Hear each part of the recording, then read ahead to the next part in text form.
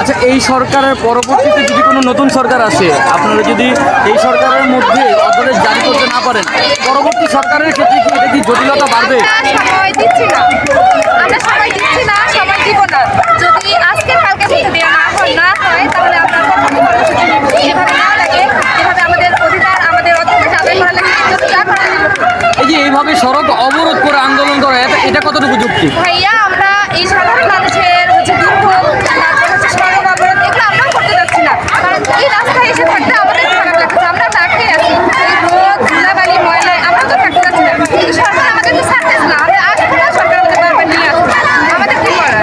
আচ্ছা, পরিশেষে যদি অধ্যাদেশ জারি না করা হয় তাহলে পরবর্তী পদক্ষেপ কেন আপনাদের হবে না? পদক্ষেপ কেন কি হবে? আমরা হবে না? কেন কেন হবে না? কেন অত্যাদেশ জারি হবে না? যদি না হয় আর কেন কি, হবে না? আমরা নিব, যেভাবে নেওয়া লাগে আমরা নিব। রাস্তায় থাকা লাগবে, যতদিন থাকা লাগবে আমরা থাকবো। অত্যাদেশ লাগবে, আমরা নিব।